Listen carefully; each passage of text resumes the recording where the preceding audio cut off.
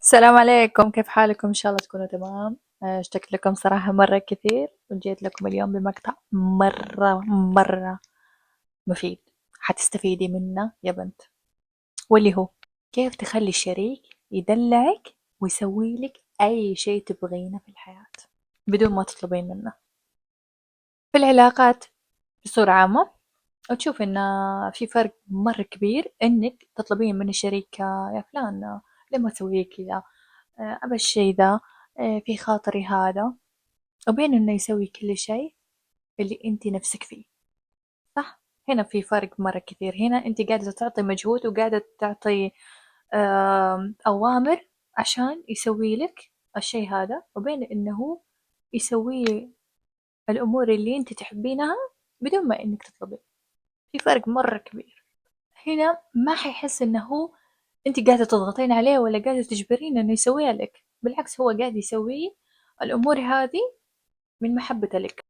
وهذا الشيء يوم هو يسوي لك بدون ما إنك تطلبيه، هنا أنت حتحسي إن الموضوع ده في قيمة أكبر، عشان هو عارف قيمتي. على سبيل المثال جاب لك الهدية اللي أنت بس شفتيها، ما تكلمتي عنها، ما قلتي يا فلان أنا في خاطري الهدية هذه، أنت بس لمح عينك ضربت على الهدية على الشيء ذا راح جابلك.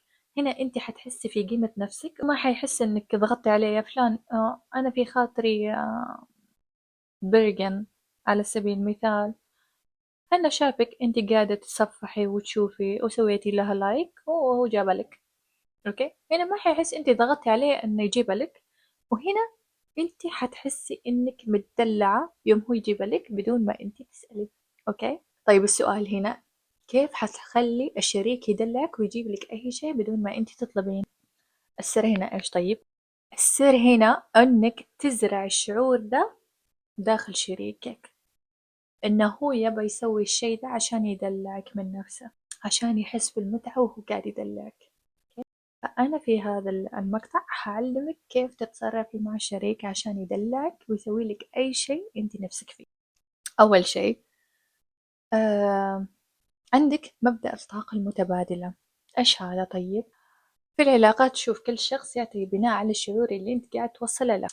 على سبيل المثال لو كنت قاعد توصل طاقة جميلة حق شريكك، هنا حيرجع لك الشيء هذا تلقائي. صح؟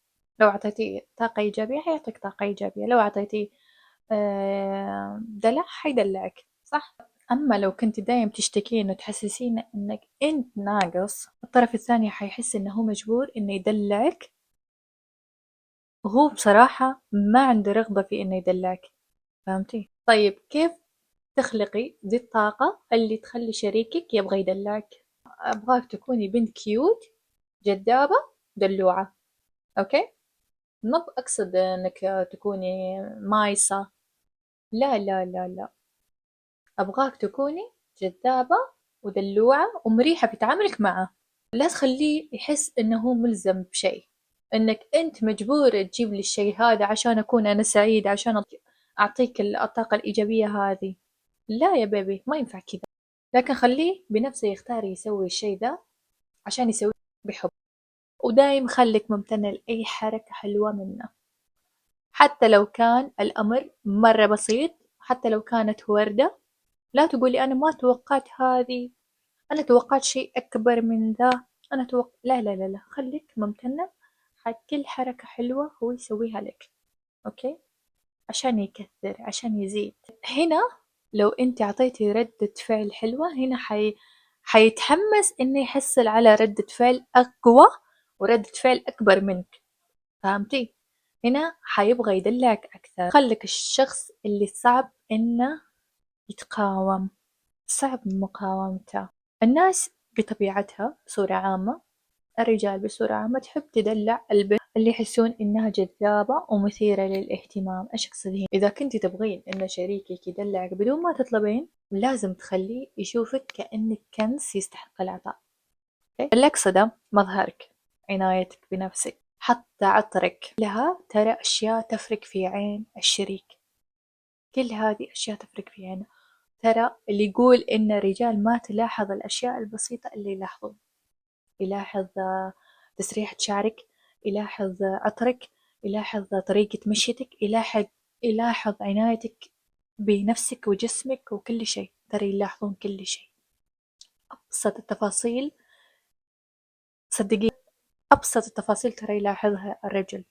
عشان كذا أبغاك تحسسيه إنك كنز من خلال الأمور هذه. مو لازم تكوني 24/7 بكامل أناقتك، لا، دايم خلي عندك لمسة تبرز جمالك. ما أباك تكوني رندة قبل التجميل، قبل ما تكون مشهورة، يوم تتعرفين عليه وتقط الميانة معاه وتكون خلاص هنا بتتمين رندة قبل الشهرة.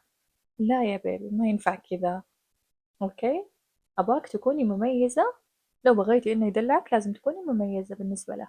لو شريكك حس إنك دايم متواجدة، دايم متفاعلة معه، هنا حيحس مع مرور الوقت، مو دايركت، لا أبدا، مع مرور الوقت هنا حيحس إن أنا مو بضطر أقدم مجهود ولا أتعب، تراهي موجودة طول الوقت.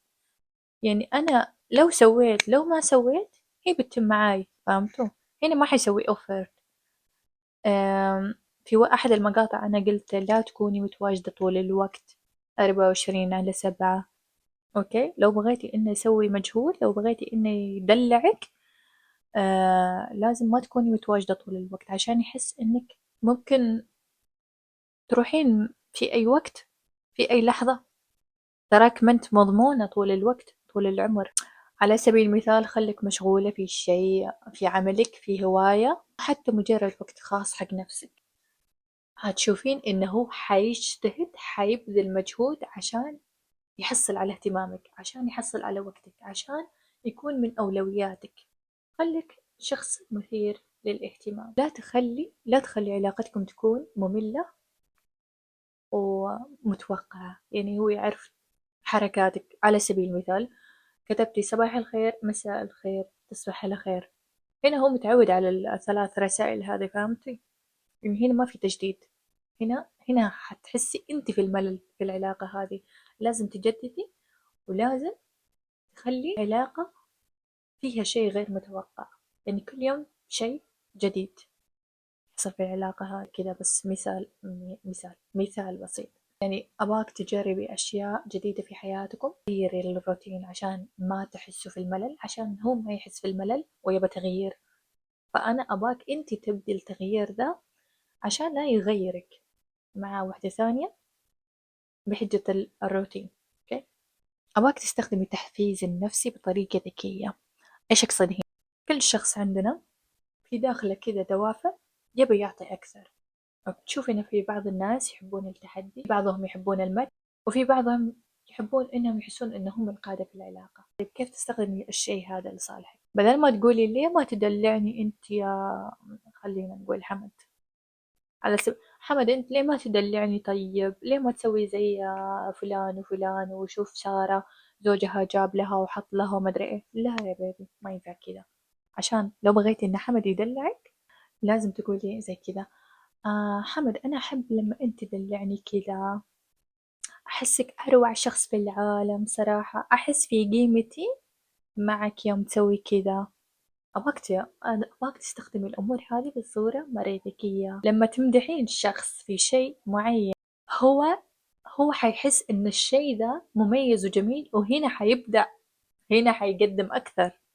فعشان كذا أبغاك تمدحيه بالأمور البسيطة اللي يسويها لك عشان يسوي لك أكثر. شوف إن في بعض الناس يحسون إنهم اللي يقررون، مو إنك تطلب منهم شيء مباشر. مثلا بدل ما تقولي يا حمد ودني المكان الفلاني، لا، أباك تقولي الشيء هذا. شوف، أباك تزرعي الفكرة. لو بغيتي إنه يوديك في المكان اللي أنت خاطرك فيه، هو يعرف المكان اللي أنت تحبينه. هنا إيش حتقولي؟ بدل ما تقولي يا حمد ودني المكان هذا الفلاني، أنت هنا حتقولي تود أتحداك تختار المكان اللي يعجبني.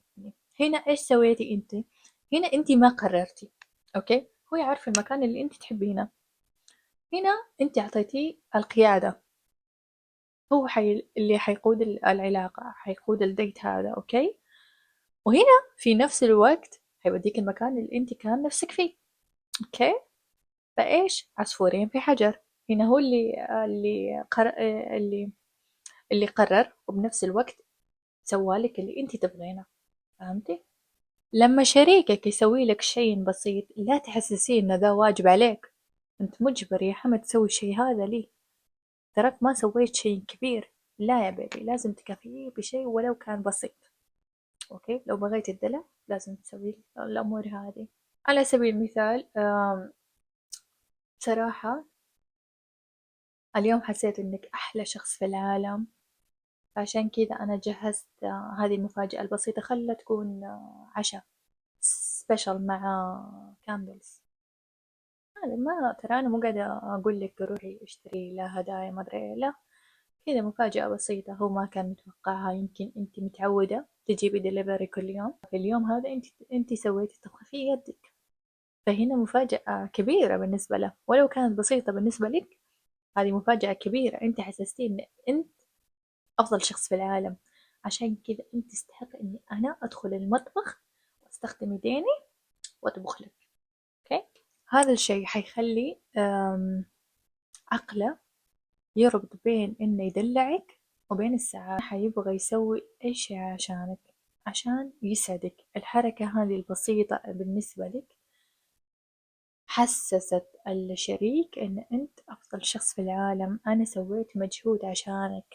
خلك الشخص اللي يبغى يسعدك بدون ما يحس إنه مجبور. إيش أقصد هنا؟ ترى بصورة عامة، يوم إنك تقدم طاقة إيجابية حق شخص بيردها لك طاقة إيجابية. يوم تسعد شخص يبي يسعدك هو بعد.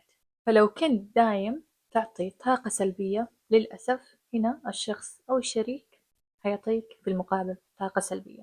أكيد ما حيدلعك عشان طاقتك السلبية اللي مالية المكان، لا. لا، شريكك حيحس إنه هو مضطر. لو كانت طاقتك سلبية طول الوقت، هنا حيحس إنه هو مضطر يدلعك عشان يتخلص من طاقتك السلبية هذه. مو بعشان سواد عيونك، لا، عشان سلبيتك هذه سببت لي إزعاج وصداع صراحة.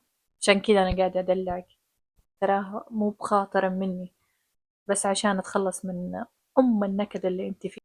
أما لو كنتي شخص دايم فرحانة ودايم تنشرين الطاقة الإيجابية في المكان، هنا حتحس إنه يبي يدلعك في أي صورة في أي وقت، عشان يحافظ ويزيد من الشي هذا اللي انتي قاعدة تعطيه له. لا تخلي العلاقة تكون كلها كلام جدي وكلام ثقيل وتقول انك جالسة في محاضرة.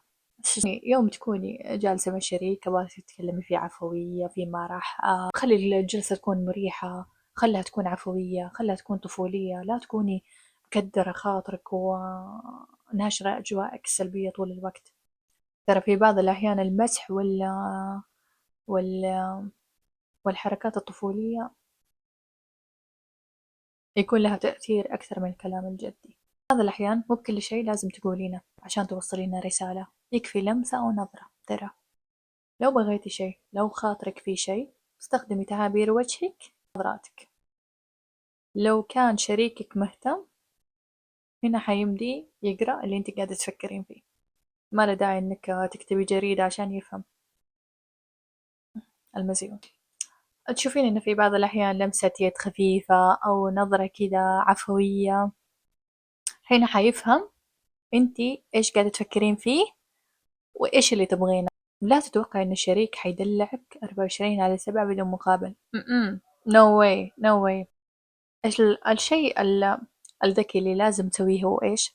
ترى شيء بسيط هذا حيعطي مفعول وتأثير مرة قوي بالنسبة له.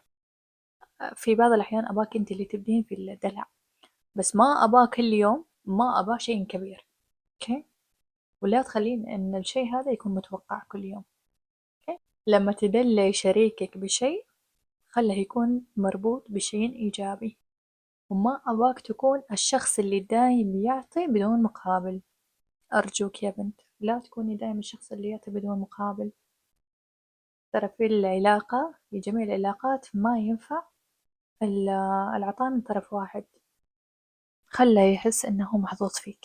الشخص اللي يحس إنه حصل على شيء نادر، هنا حيحاول يحافظ على الشي هذا بأفضل طريقة كانت. لو الشريك حس إنه هو عنده كنز، هنا حيحافظ عليه بشتى أنواع الطرق. هنا حيدلعك بدون ما أنت تطلبين، هنا حيسوي لك كل اللي نفسك فيه بنظرتك، بتعابير وجهك، بس عشان يحافظ عليك. هنا ما له داعي إنك تكتبين رسالة مطولة عشان توضحي إيش اللي نفسك فيه. هنا حيفهمك، هنا حيفهم نظرتك، حيفهم إشارتك، حيفهم تعابير وجهك، هنا حيفهم لغة جسدك لو حس إنك كنز. طيب كيف تخلي الشريك يحس بالشعور هذا؟ لا تكوني الشخص سهل الإرضاء لدرجة إنه يحس إنك مضمونة في جيبته طول الوقت. هنا ما حيسوي أوفرت، هنا ما حيسوي مجهود، هنا ما حيحس إنك كنز يستحق إنه يتعب عليه. صراحة يمديني أرضيك في أي شيء كان. خله يحس إنك شخص مميز في حياته، وإنك قاعدة تضيفي قيمة لحياته عشان يحس بالإحساس ذا إنك أنت كنز. ولا تكوني متطلبة، خله يحس إنك تستحقين كل شيء جميل في هذه الحياة عشان يدلك. فالخلاصة من المقطع هذا إيش؟ لو بغيتي إن الشريك يدلك بدون ما تطلبين أنت الشيء هذا بلسانك، بدون ما تكتبين جريدة عشان يفهم اللي أنت تبغينه، حافظي على طاقتك الإيجابية وذكائك العاطفي. هذا أهم شيء. خله يحس إنك كنز عشان يحافظ عليه، خله يحس إنك شيء نادر في حياته عشان يحاول يسعدك بشتى أنواع الطرق. لا تكوني سلبية، كوني شخص مرح عفوي ممتع، وانشري طاقة إيجابية عشان لو قاعدة تنشرين طاقة سلبية هنا حيدلك بس عشان يتخلص من طاقتك السلبية هذه. حافظي على طاقتك الإيجابية وخلي قيمة حق نفسك، وطوري ذكائك العاطفي عشان تحصلي كل شيء تبغينه. إن شاء الله استفدتوا من المقطع هذا، وأشوفكم إن شاء الله على المقطع الجاي. تشاو.